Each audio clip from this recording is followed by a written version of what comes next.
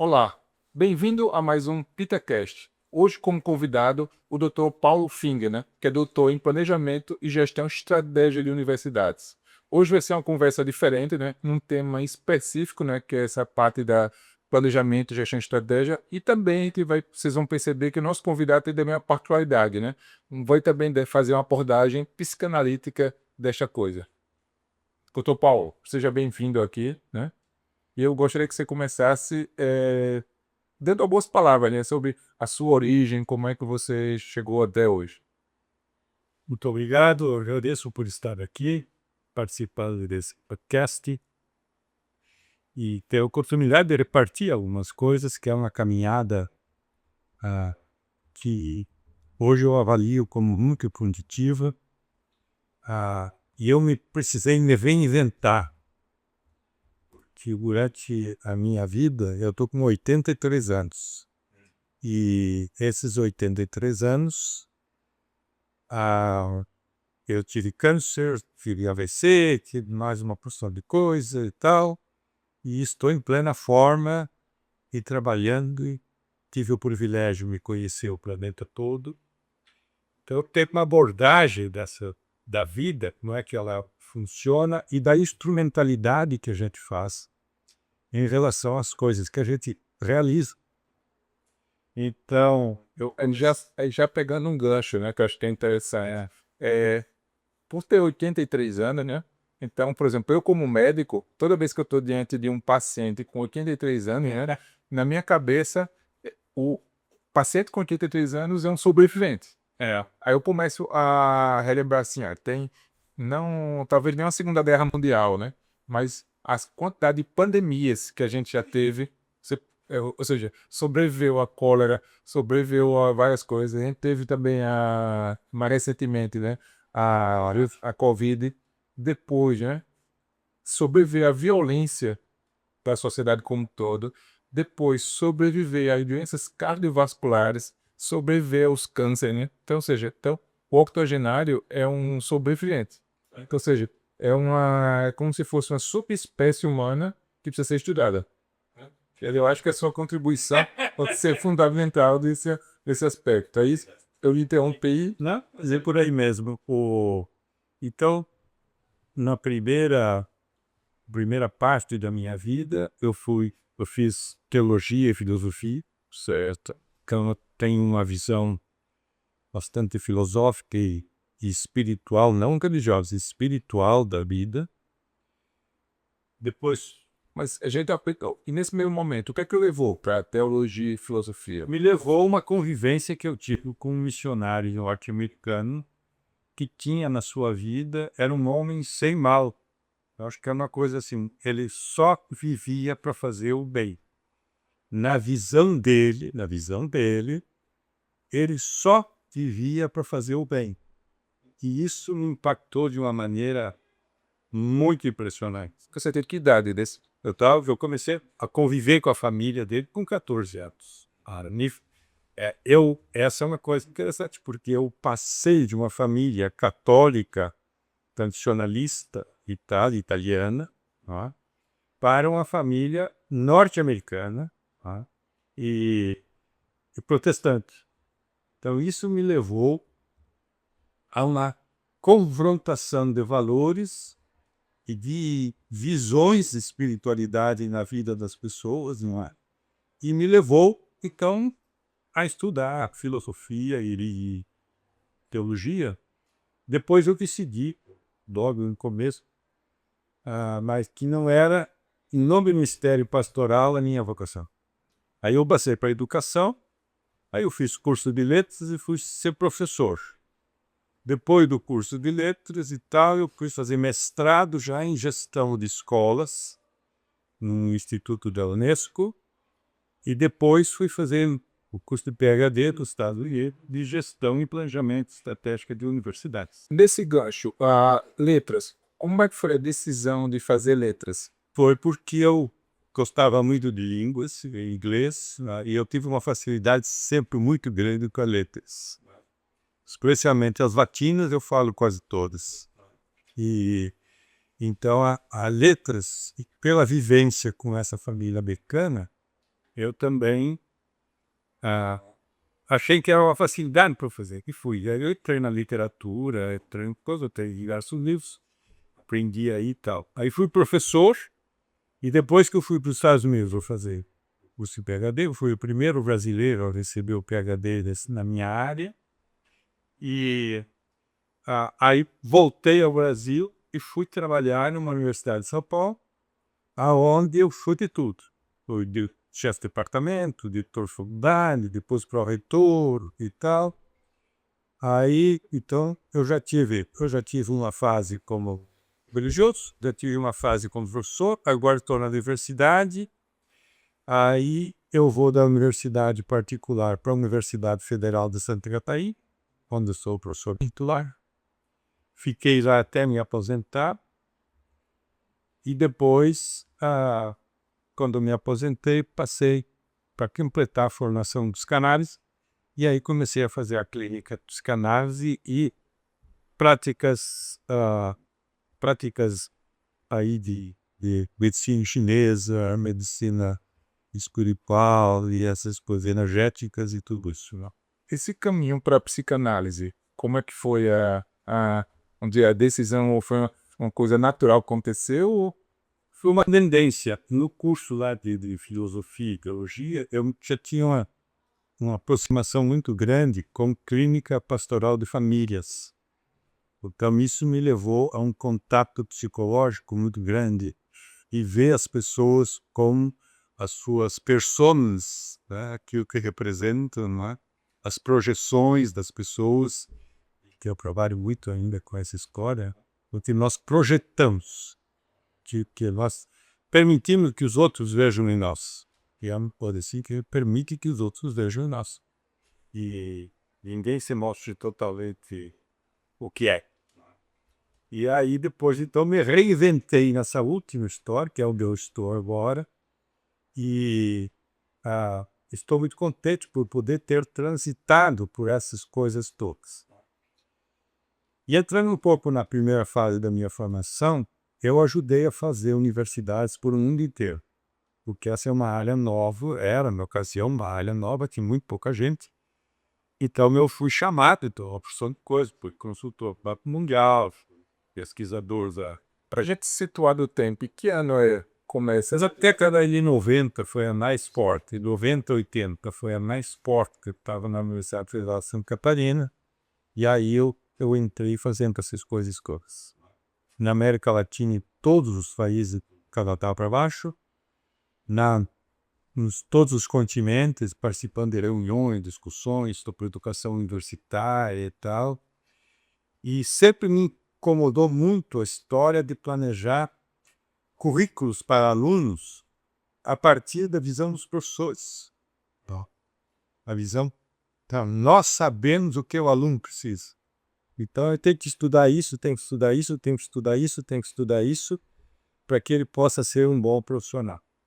Esses conhecimentos que a gente selecionava para formar esses conteúdos já eram repasse de outras culturas, de outros momentos para os alunos. E como é que faz a formação de um profissional para exercer funções práticas, vindo um conteúdo que você passa a fazer isso com um conteúdo otorgado, não é? Não, você tem que saber isso aqui. Se você souber isso aqui, você vai ser um bom profissional. Isso provou que não é assim. Isso provou que não é assim. Primeiro que você pega todo um conteúdo desenvolvido nos Estados Unidos, na Europa e coisa, e joga isso na América Latina. A prática que esse indivíduo vai fazer, e ele não tem permissão para pensar. Ele tem que saber que aquilo ali é a última coisa. Se eu souber aquilo, está ótimo. Não precisa saber mais nada. Então é uma formação de conhecimento otorgado. Você tem que saber isso aqui. Tem que saber isso aqui. Tem que saber isso aqui. Tem que fazer essas práticas. Tem que fazer essa coisa.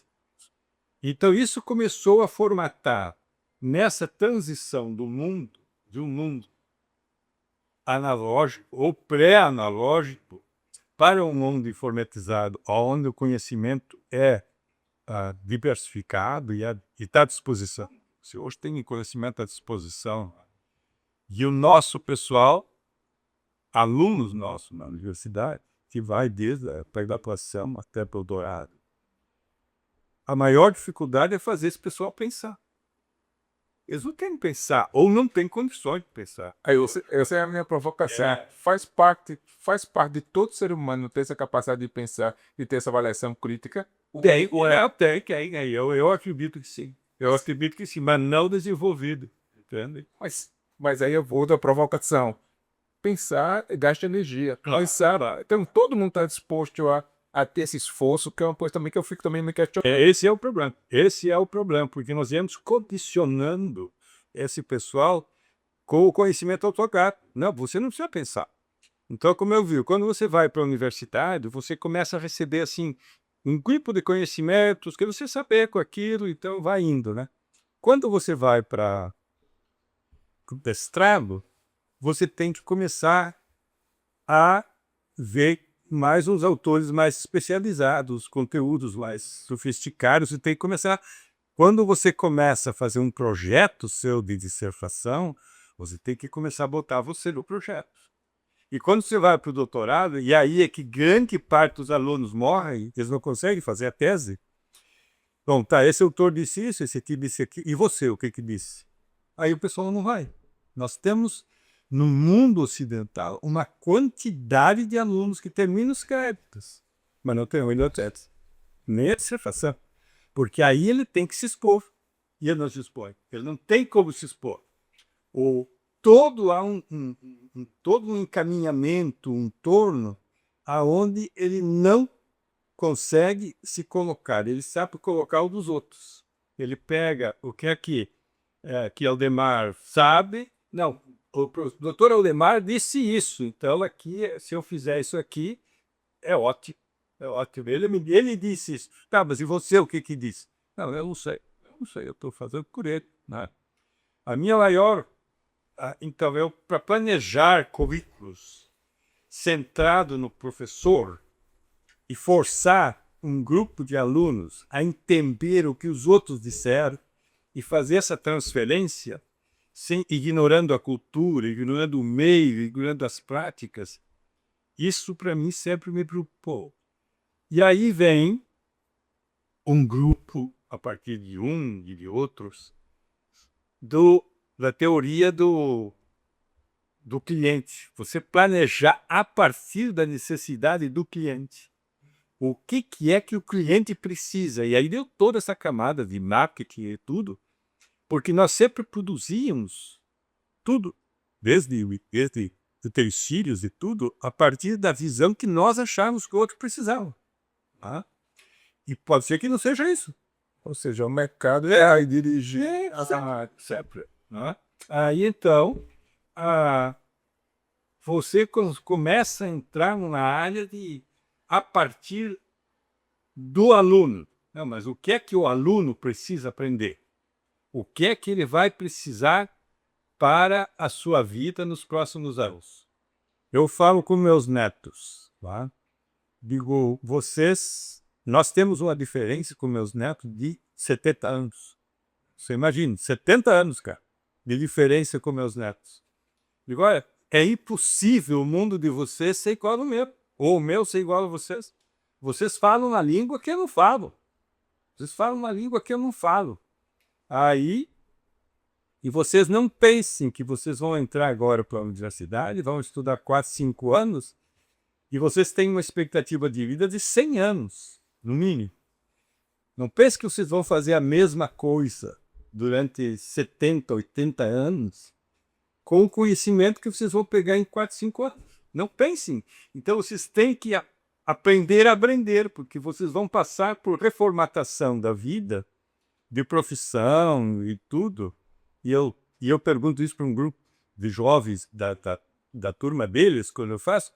E olha, vocês vão ficar 70 anos, 80 anos casados com a mesma pessoa. Só dormindo com a mesma pessoa, só saindo com a mesma pessoa, só viajando com a mesma pessoa, só vivendo 80 anos com essa mesma pessoa? A primeira resposta, não quero saber disso. Agora, como é que eles vão fazer esse arranjo dessa adaptação. Tudo isso está na mesa. E cada vez nós temos mais gente alienada, porque é mais fácil você sair dessas questões e ficar dentro de uns quadradinhos e se isolar do que você enfrentar essa situação. A coisa que mais me inquieta no consultório é quando uma pessoa de 15, 20, 30, 40, 50, 60 anos chega e me diz assim: doutor, eu quero que o senhor me ensine a viver, porque eu não sei viver. Eu consegui coisas, eu tenho educação, eu tenho casa, tenho carro, tenho muita coisa, sou bem sucedido profissionalmente e tal, mas o meu fazer não segue o meu ser. Eu não sei viver. Eu tenho vida estruturada, mas eu não sou feliz.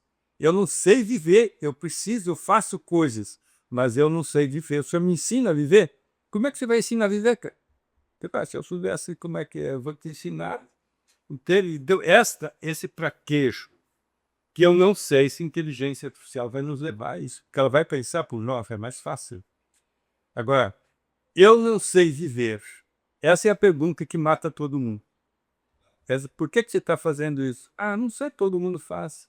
Ah, por que você... Então, essa é uma situação. E aqui agora, entre as coisas que estão mais em foco, tanto na neurociência quanto tal, que é o problema do que a gente chama por aí afora de espiritualidade. Não é religião.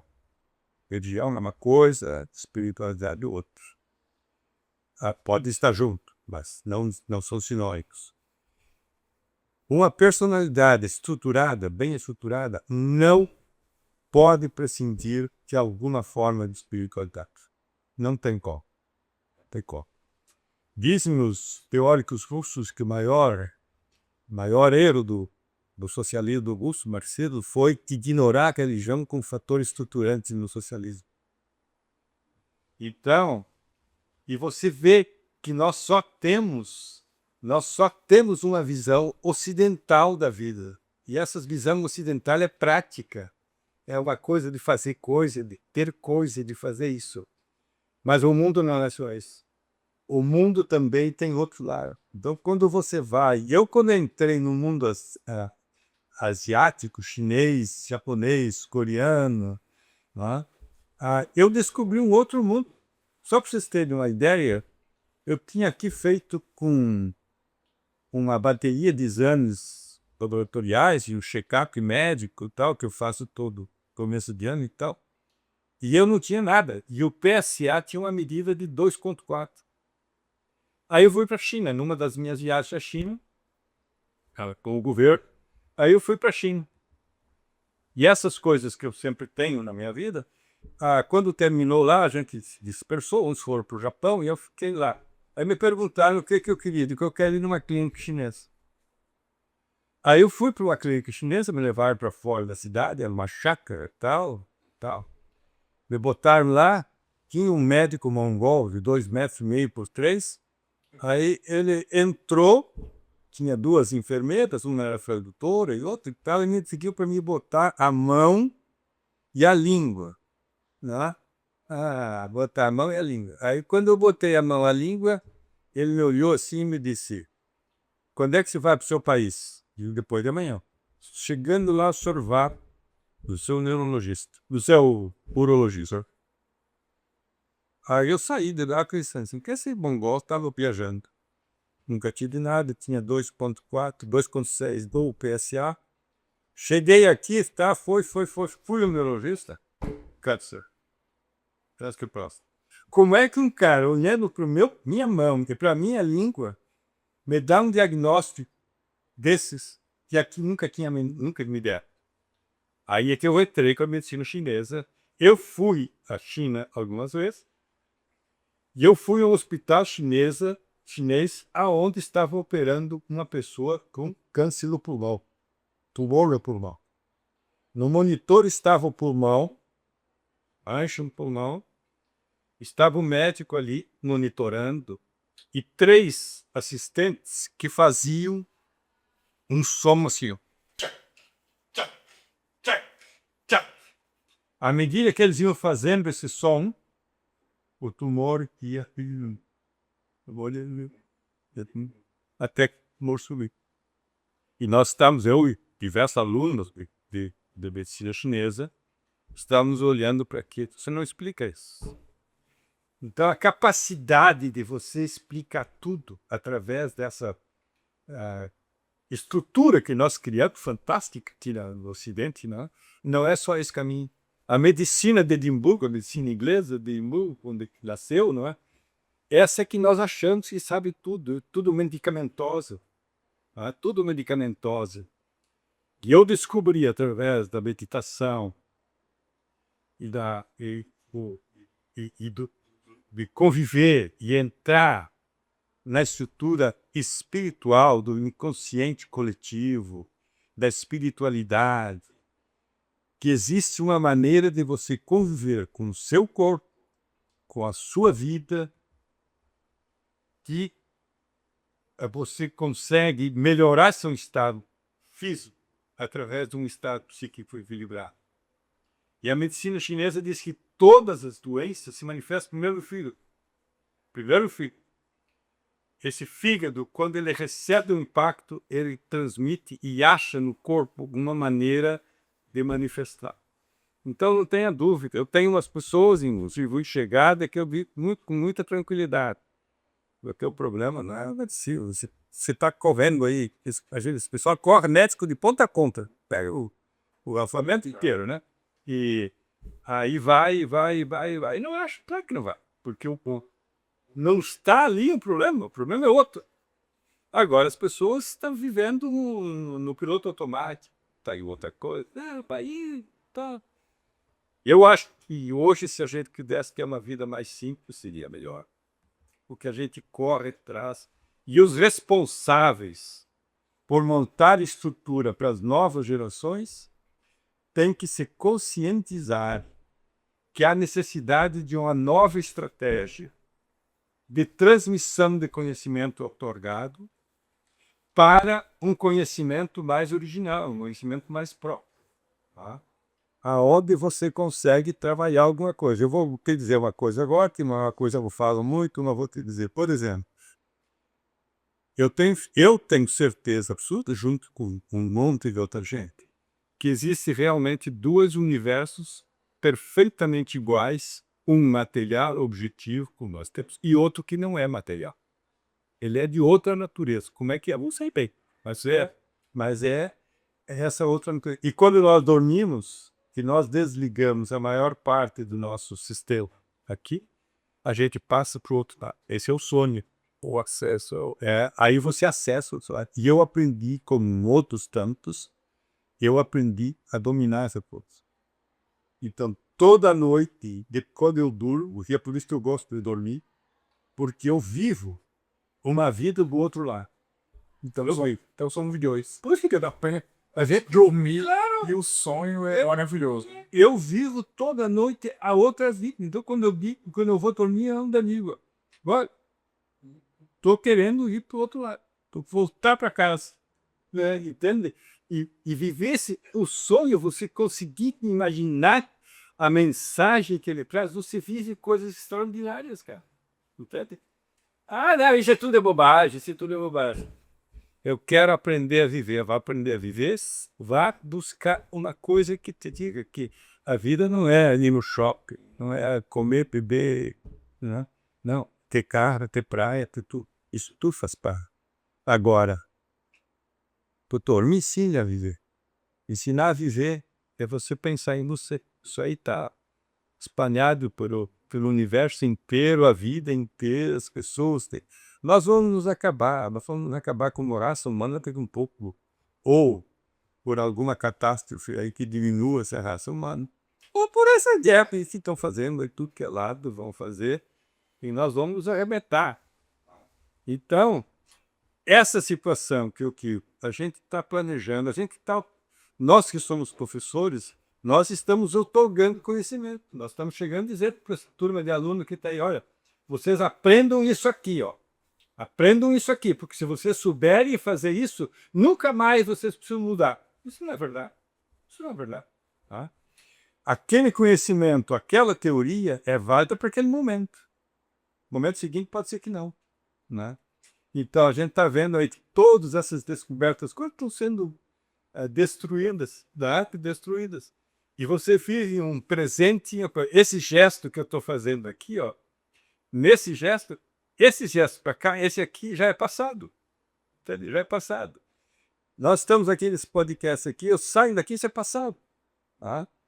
Isso pode ser que não seja uma coisa permanente, porque nós estamos construindo algumas coisas que talvez a melhor coisa hoje da ciência seja descobrir que nada disso é permanente. Agora, a dificuldade, um cientista, um professor, um pesquisador, que passa toda a sua vida construindo conhecimentos e tal, quando chega alguém, ele diz que, olha, que isso aqui é diferente. Não é assim. Não sei. Porque toda a vida dele foi em cima daquilo. Ele vai dizer, não, eu estava errado. Não é que está errado. Não é que está errado. É alguma coisa diferente daquilo que a gente foi montando. Agora, para mim, a pior coisa é o conhecimento tocar. Você chegar e dizer para os teus filhos, dizer para os alunos, olha, você tem que saber isso aqui. Não, isso aí você não precisa saber, não. Isso aí tá errado.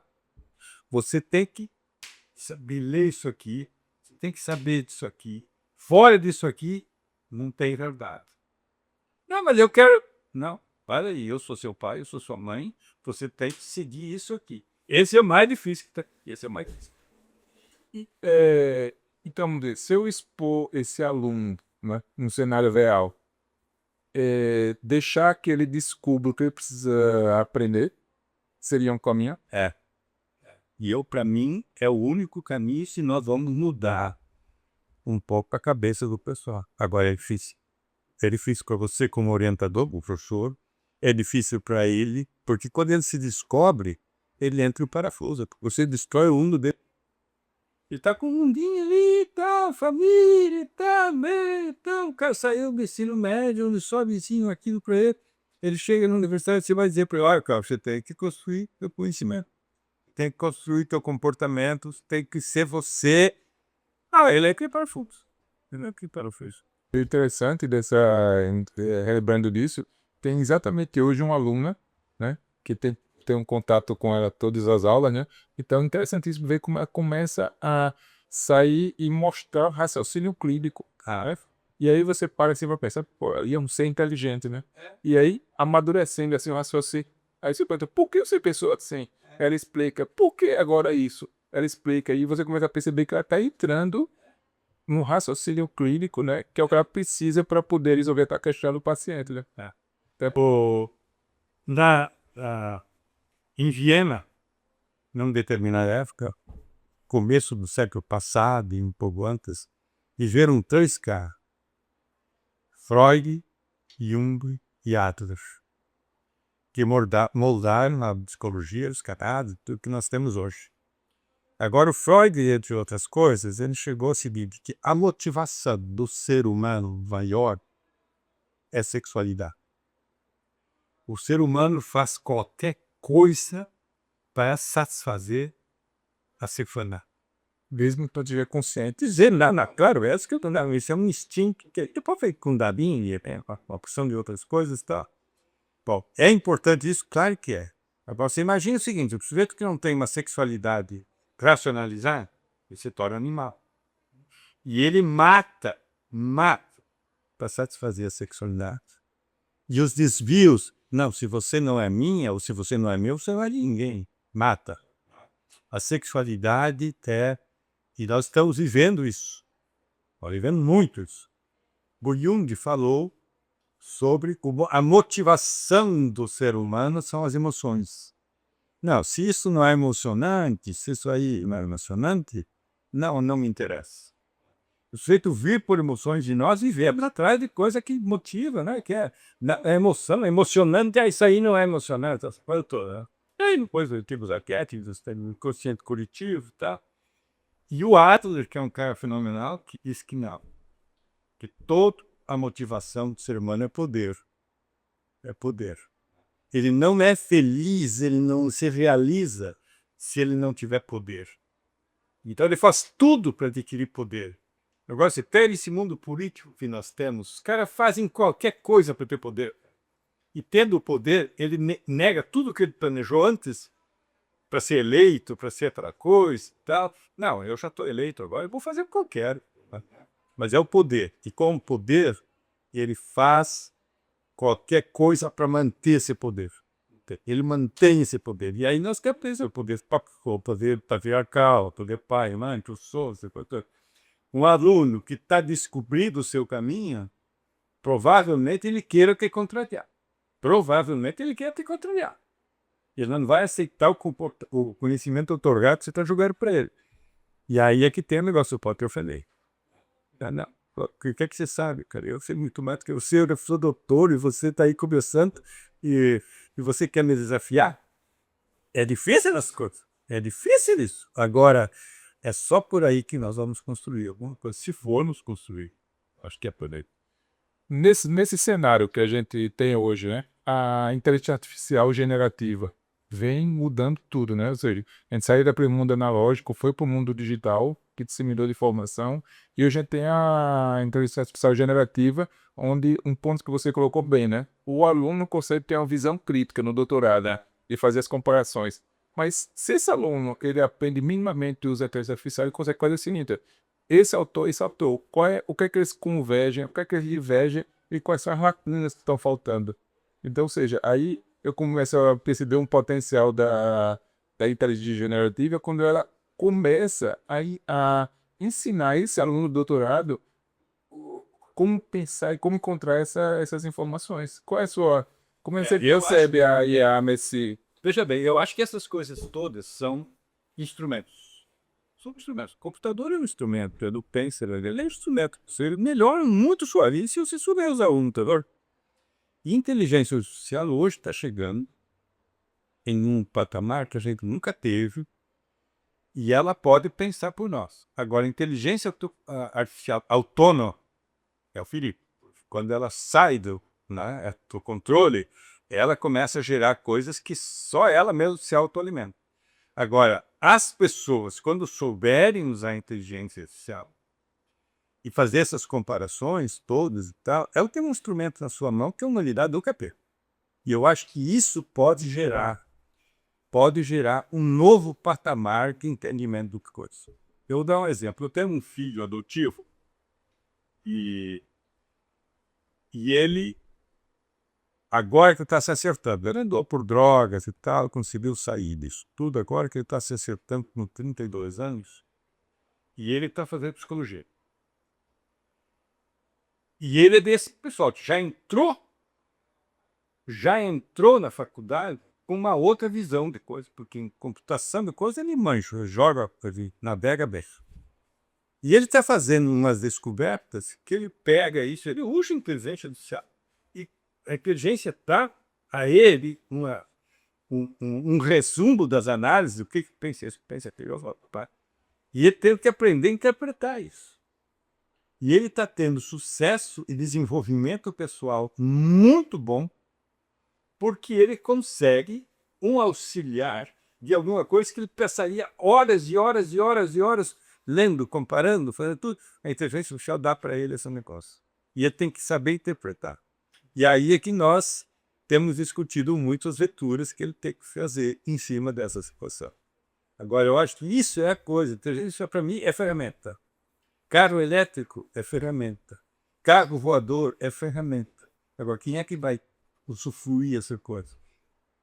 Se você não é um bom motorista, não adianta botar dentro de um Mercedes, de uma Ferrari, uma coisa dessas. Vai ter que tá por aí, pô. Não vai, esse carro aqui vai de 0 a 100 em 2 segundos. O que adianta isso, pô?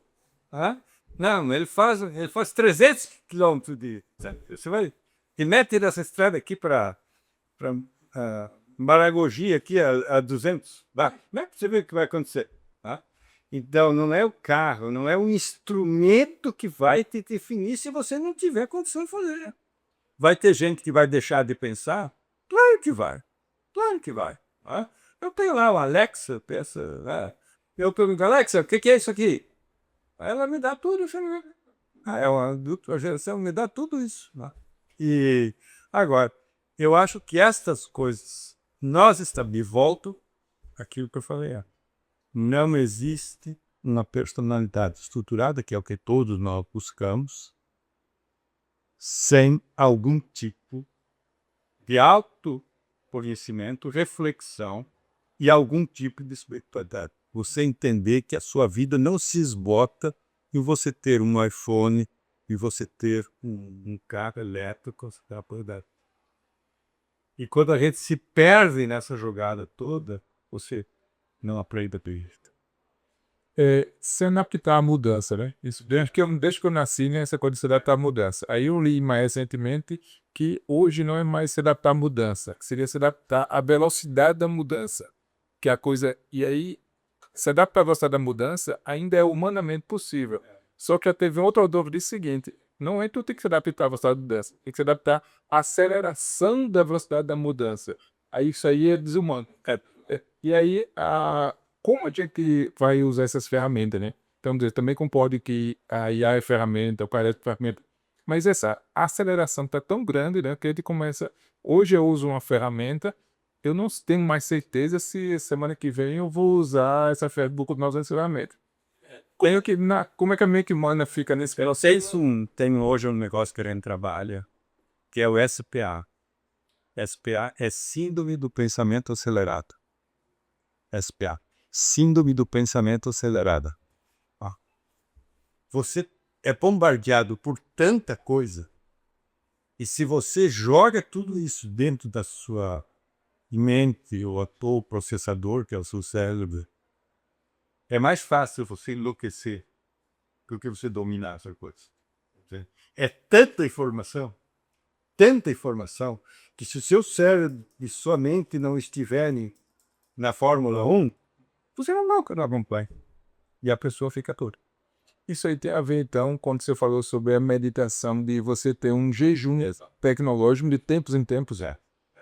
E desligar e você ficar. Olha, quando a gente aprende a meditar, e começa a entrar num outro nível, e aí você começa a ligar essas coisas do sonho, começa a ligar essas outras coisas, você desligar, você aprender a receber carinho, a dar carinho, você ter, não, 2 horas por dia eu vou desligar, 1 hora que eu vou desligar, não quero saber. Agora, tenta fazer isso na tua casa com filhos, assim, não, aqui durante 1 hora agora nós não vamos usar telefone, não vamos usar televisão, não é, nós vamos desligar. Te matam, cara, te matam, não é? Então, esse aprender a viver tem muito isso. Agora, essa síndrome do pensamento acelerado, SPA, nós estamos bombardeados, segundo a segundo, com uma gama de informação que você tem que acelerar o seu processo de produção mental, que nem sempre a gente está, inclusive, adequado com o nosso instrumento, que é o cérebro, mente, essa coisa toda. E ter sido uma velocidade tão grande que muitas vezes você pode causar uma distúrbio aí, porque é um distúrbio muito forte. Eu tenho visto muitas pessoas perdidas, de peta, força que há tempo atrás não tinha, é o problema de sexualidade, que só não sabe mais se é um mulher, o que é. Você pega pessoas que não sabem se tem que comprar, se não tem que comprar, se é político, se não é político. E aí, para essas coisas todas, ou se fanatiza. Como se fanatiza. Ter é melhor. Não.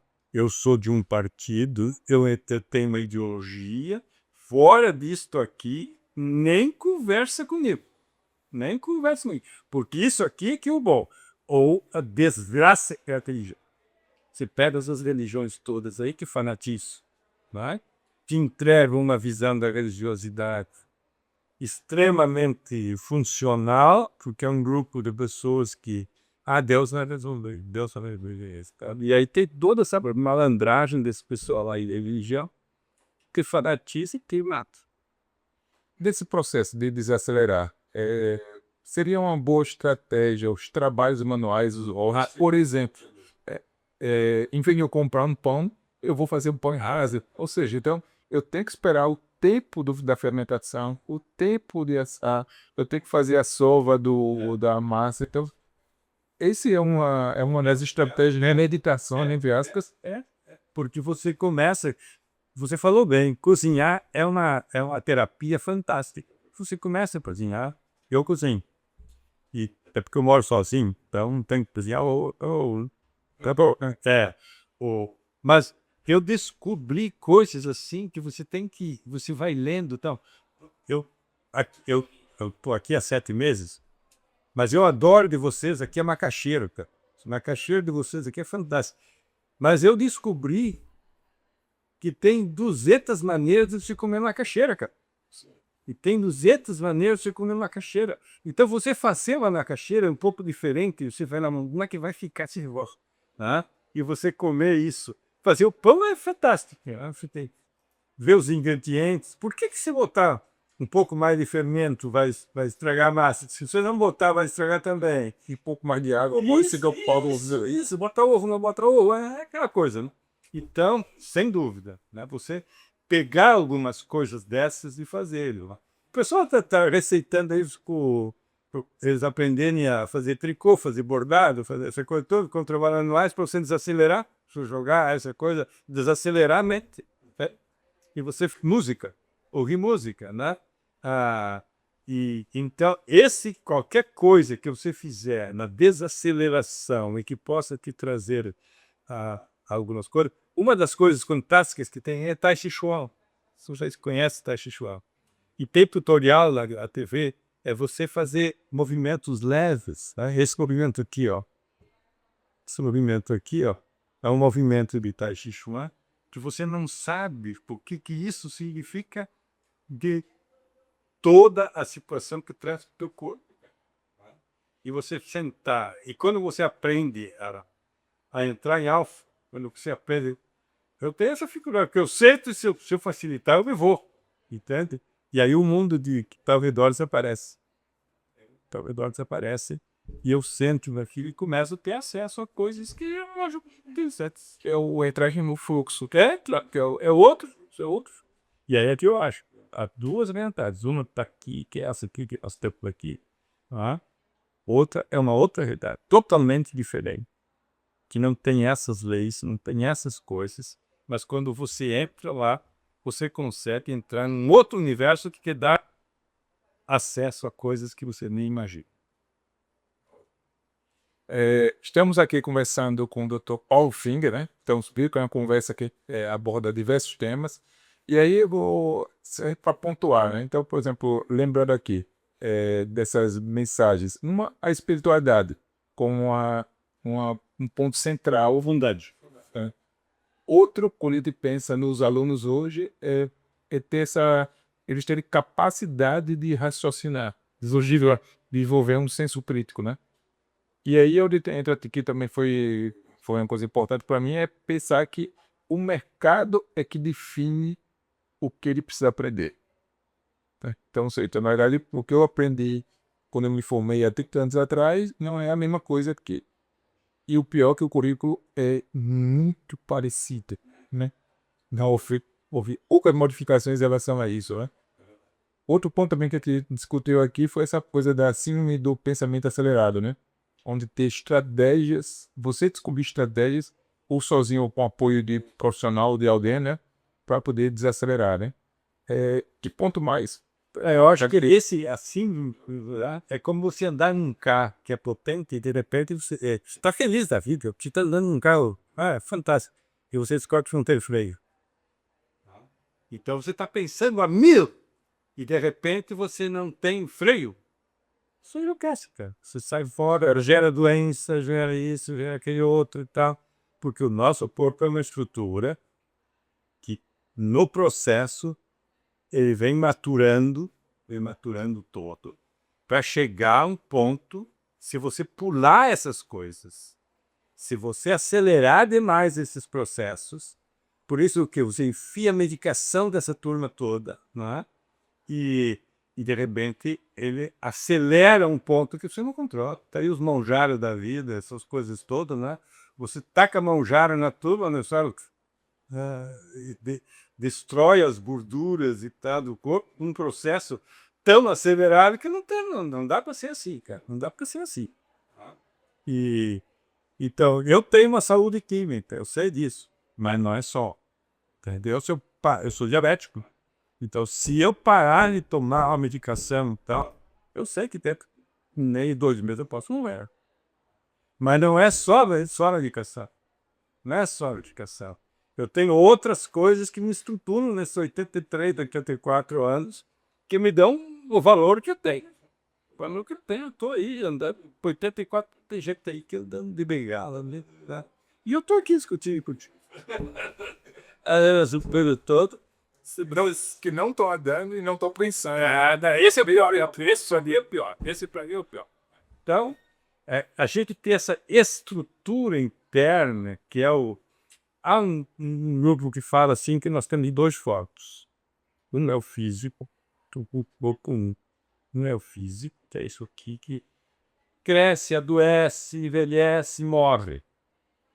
E o corpo 2, que é um corpo interno, que é uma dupla estrutura que nós temos, que é um corpo energético, que não tem muito a ver muito com o corpo espiritual dos espíritos, mas é um corpo energético que nós temos, que esse não adoece, não envelhece, não faz nada. Que está dentro de nós, na nossa mente, na nossa consciência, e que não morre, que esse sobrevive.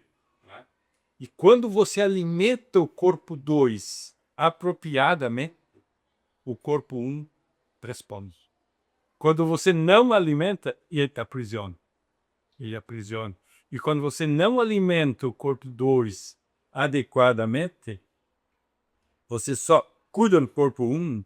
Bom, você dá de comer, dá tudo, mas de repente algumas coisas você descobre que não é assim. Não é assim. Então tem que desacelerar. Tem que ter freio mental, espiritual e cognitivo para dar essa força. E quando você descobre isso, bom, você muda completamente. Não dá para você ficar, às vezes, com os mesmos interlocutores. É difícil conversar essas coisas com qualquer pessoa. Não dá, a pessoa não está interessada e não quer saber. Então, tu melhor vai ficar quieto. É o efeito do ambiente nessa pessoa, né? Ou seja, ela tem que escolher o ambiente adequado para poder. Por isso que a gente se isola. Por isso que a gente se isola. O pessoal diz que o cara que vive meio isolado, a não ser aquele que seja uma patologia, né? Mas que o cara que vive meio isolado é perigoso. Porque ele está acessando coisas que esse pessoal que vive não está. E quando você descobre que você ficar sozinho, pensar, meditar e entrar nisso, você entra num outro estado de vida e outro estado de equilíbrio, que não tem medicação, não tem dinheiro, não tem nada que chegue perto disso. A gente vai começar agora o encerramento, né, desse PitaCast. Ainda vou passar a palavra para o Dr. Paulo Finger, né, para fazer as considerações finais, né? Espero que todos tenham gostado, né? Então, Dr. Paulo, obrigado aqui pela sua presença, né? E, por favor, as considerações finais. Obrigado, companheiro. Obrigado por poder estar aqui, poder conversar essas coisas. E, evidentemente, nós podíamos ficar aqui 2 dias ou mais conversando sobre esses temas, porque só ter condição de tocar de leve, não? E eu diria isso, se alguém está me ouvindo, né? Procure buscar um pouco mais de conhecimento interior. Não se satisfaça só com as coisas que o dinheiro compra. Essa semana o Banco do Central terminou com o dinheiro monetário. Dinheiro de papel não tem mais no Brasil, agora é só Pix. Consumiu. Mas ele passou a ser simbólico. Mas os pilares fundantes de uma vida equilibrada, uma espiritualidade convincente, cuidar do corpo 1, mas cuidar do corpo 2 também. Essa estrutura que temos dentro de nós precisa ser cuidado. E viver. Aqui nessa região de Alagoas tem tanta coisa boa, tem praia, tem tudo. Viver um pouco o ambiente, esse planeta que está aí ao nosso redor e tanta coisa boa. E andar perto do mar, andar com o pé na água, é um tratamento. É um tratamento. Que todos fiquem bem. Um grande abraço. Obrigado pelo calendário. Encerramos aqui mais um PitaCast. Se gostou, nos siga e esperando vocês nos próximos episódios.